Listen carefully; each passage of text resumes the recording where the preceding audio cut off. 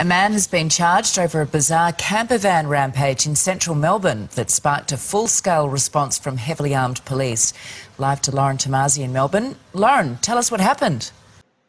All right, I've had a look at this, and sure enough, it's another fake psyop that they've instigated. Again in Melbourne, it's the go-to place. There's quite a few indicators that this is fake, but there's one that just really stands out. Now, our main proof comes from the star witness, so just listen to what she's got to say.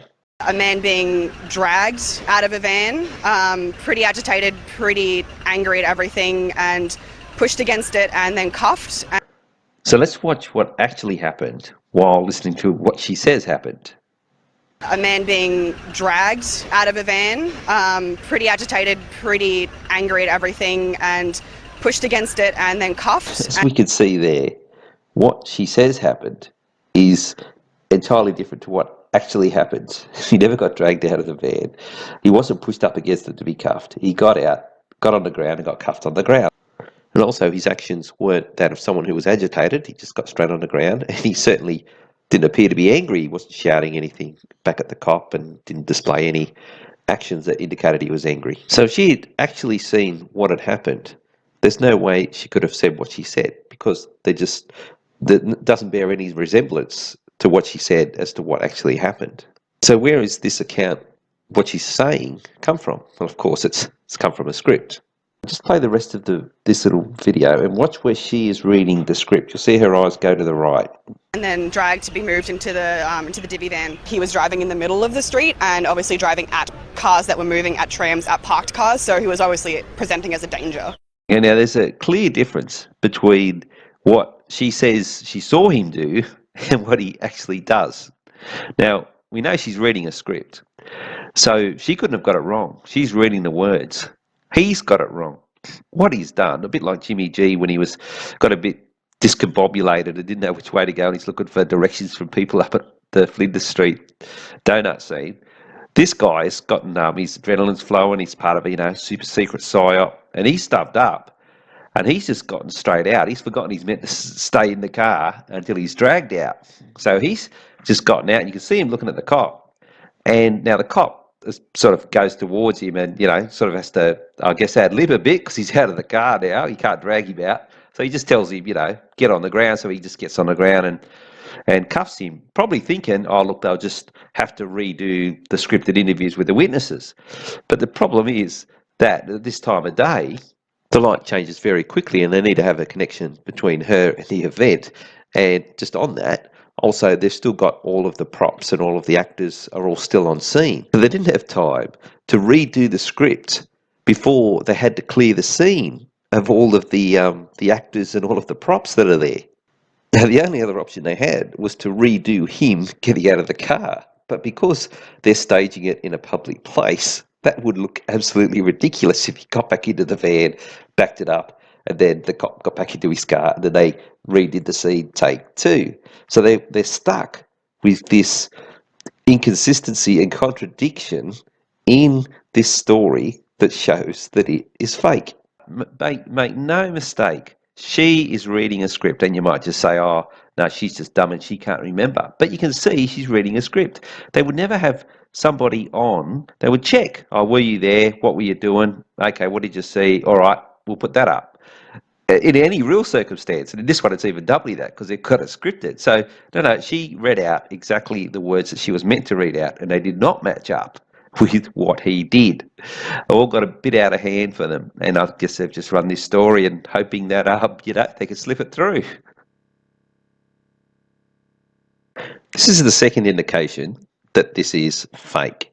Well, security cameras captured this entire drama unfold here in Swanston Street this afternoon. The location of the main scene is the indication here. Now, sure, it's right where there were cameras to catch it, because that's all important for them to relay to people. They need vision. Vision's always important. So as well as having cameras, Swanston Street's also a good place to run this sort of op, because it's not like a high-speed thoroughfare for cars. You've got the trams, you've got limited traffic flows that are moving generally at relatively lower speeds right in the middle of the city. So again, that's a good place for it to be at Swanston Street, which is what makes it doubly suspicious, the cameras and that it's easily controlled, and that this has been the scene of quite a few of these ops, including Jimmy, as we all recall. So they settled on Swanston Street to run this thing because of the cameras and the traffic, as I've just mentioned. So let's just look at how they control the scene around the planned stoppage point. So here's where the van comes to a stop and the scene plays out.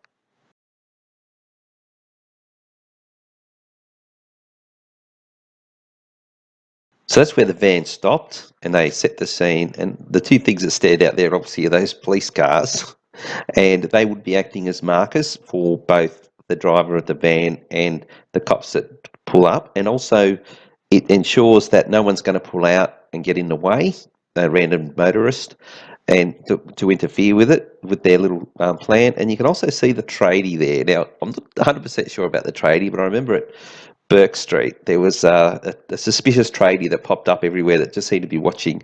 And he just seems to watch almost as though he's seeing clear, making sure it's clear.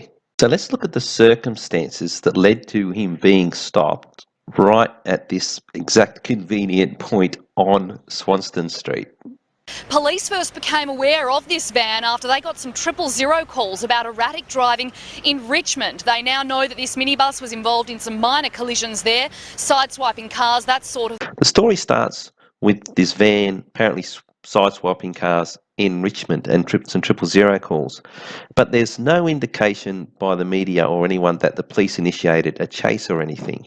So the story wasn't that they were tracking this van and trying to stop it at various points in time, and they happened to manage to get to it. There would have been road spikes and everything, so that wasn't the case. But here's a news story that does explain something. This is a news article from another website, and it says in the second bottom paragraph there, a critical response vehicle patrolling the area spotted the minibus and stopped the driver. Now, on top of the amazing coincidence that they stopped the vehicle right where there's two police cars and there's a camera to catch all the action on Swanston Street, there's another problem with this as well, because according to this article, they weren't tracking a madman who bashed into cars. As far as these two officers knew in this critical response vehicle was that, to them, the only information they had was a tourist van going up a part of Swanston Street they shouldn't have been going up.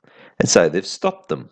Now, look at the response that they did. The cop gets out with his gun already drawn, and the other cop gets out with a machine gun, and the guy driving the van gets out and goes straight to the ground. That whole scene was as if they were trying to track a guy that had been on a rampage. But the only information they had, according to this article, was it was a tourist bus going up the wrong part of a street in Melbourne, which you would think a cop would just stop them. No need to draw your guns, no need to think there's any kind of danger or anything. Just walk up to the guy and say, oh, listen, mate, you're on the wrong part. We're going to issue you with a fine, and there's the right way to go.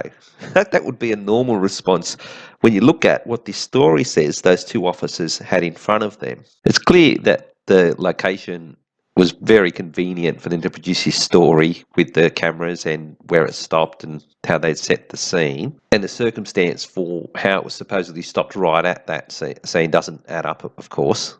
Moving on to the next indicator, let's look at this bit of information that they then provided. They now know that this minibus was involved in some minor collisions there, sideswiping cars, that sort of thing. Now they've added this bit of unsubstantiated information, and what I mean by that is there's no vision of any cars being swiped. There's no pictures of it. I would have thought perhaps they knew where it was. They'd go out there and some swiped cars and take some photos of them, and even maybe try and interview the people that called 000.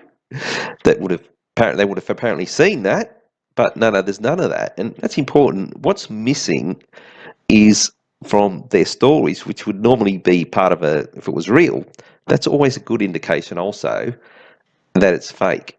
So without this bit of information that it had been sideswiping cars, unsubstantiated information, all you've got is a camper van going up the wrong part of the road in Swanston Street, and there'd be no call for police with machine guns and big dramatic news stories about how dangerous cars are in the city.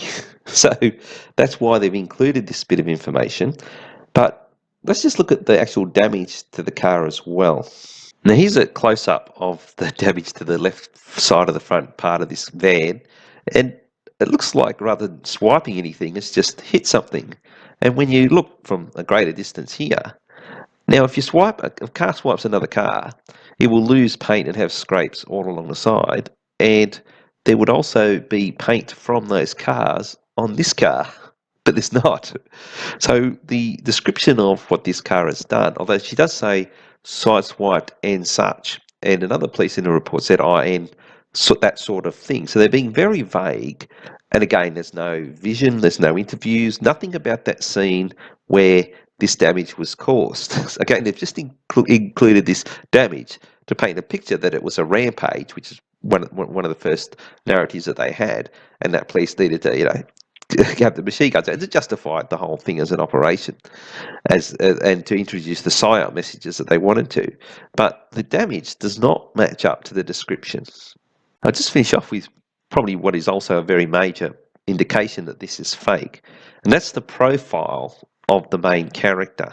Now they've gone with the less is more with this character. The main character in his whole thing, he's pivotal, right? But now they've gone with less is more purely because they know the more lies they try to tell to paint the picture, then the more chance that it's going to be exposed, because telling lies is very, very difficult and they can miss things. So they've just gone with not giving any information about him at all, including not even mentioning his name. And he's travelling alone, he's in a camper van holidaying by himself. So let's just tick a few boxes on this main character. Now the first one is that they haven't given his name, which is, when you look at all other news stories, along the lines of this one, that there's no court suppression order or anything like that, it's not a pedo, you don't have to hide it because you can identify children or anything like that. There's no reason for the news and the police not to publish his name ordinarily, but because it's fake, they don't want to put his name out. Firstly, because, like I do, I try and track them through the courts. You can't track any court case, and you can't do any background checks to see if it's real. So that's less is more. They haven't given his name. The second major characteristic of this major character is that he's by himself. He's in a camper van travelling by himself. Now, what that does is, first of all, at the scene where he gets stopped, there's no other people getting out. That just keeps it nice and clean. Like I said, less is more with this. No other people to be arrested or talked about or anything like that. No family. You don't have to mention his family or anything like that. No one to be interviewed. Now, the third point about this character that they've created is that he's in a camper van in the city. And one story said that he was a tourist. Now, if he's a tourist, there's plenty of hotels and motels to stay in Melbourne.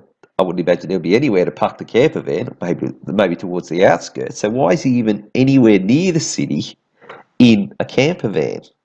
So it's unusual that he's in a camper van in the city, but look, it's actually believable that he's a 38-year-old, single guy, perhaps divorced or something, and he's living alone in Devonport, and he's ended up with a camper van, and he likes to see the country, so he's decided he's going to, take some time off, jump in it, come across on the boat. So he hasn't hired it because it's an old van, and he decides he wants to see a bit of Victoria. But they don't make any mention of his plans before or after, whether he'd just gotten into Melbourne or whether he'd been up to Gippsland or somewhere like that. So it's the character of this profile, they've left all that information out, because if they try to tell that story, people might, if they said, he went up to Gippsland and stayed at a caravan park, well, there's only 2 caravan parks, and they go, well, we didn't see him, did you see him? There's more of a chance of it being, them finding out that it's fake. So they've left out information that, like I said, it's believable, he might be on a holiday somewhere, but where he's ended up, and the fact that I mentioned he's been anywhere else, doesn't line up with the fact that he's in a camper van. In fact, they've created this character to be from another state, in this instance, Tasmania. So if you had been from Melbourne, then someone would say, I know that guy, or I've recognised him, or I know that van, or whatever. So it makes him a little bit more untraceable by placing him outside of the state. Because he's out of state, they can then just not worry about mentioning his family, whether he has one or not. So his family circumstances are unknown. And like I said, because you're out of the state, no one's really that interested. It's just a guy from another state, let's just wrap it up. So that's a very convenient omission that then, they don't have to then create another story around a fake family. They can just limit it to just this guy, which is what is there, less is more approach. This is quite a limited little psyop they've got going here, and it's a limited operation. Really, all they've done is just got that camper van. All we can see is it drives down Swanston, car pulls up, and they run their little charade.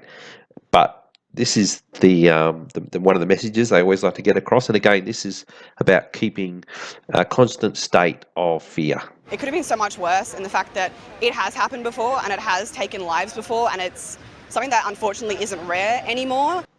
And that message comes from the one and only star witness. I mean, why would someone who just witnessed something like that suddenly just go off on a tangent and start talking about the social ramifications of it all and how we should be feeling? Wouldn't they just say, oh, I saw this? And of course, the second part of the psyop is these machine guns that police now in Victoria are carrying around.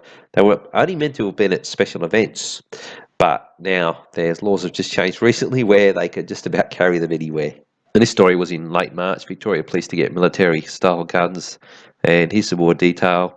It says here, the weapons were likely to be stored in cars under lock and key. Remember, they were only going to have them for major events. Just mentioned it before.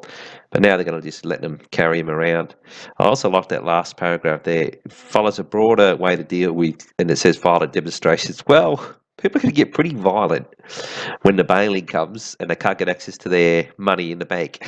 Because once they crash that, then, yeah, people aren't going to be happy. And that's what this is for, of course. All right, that's it.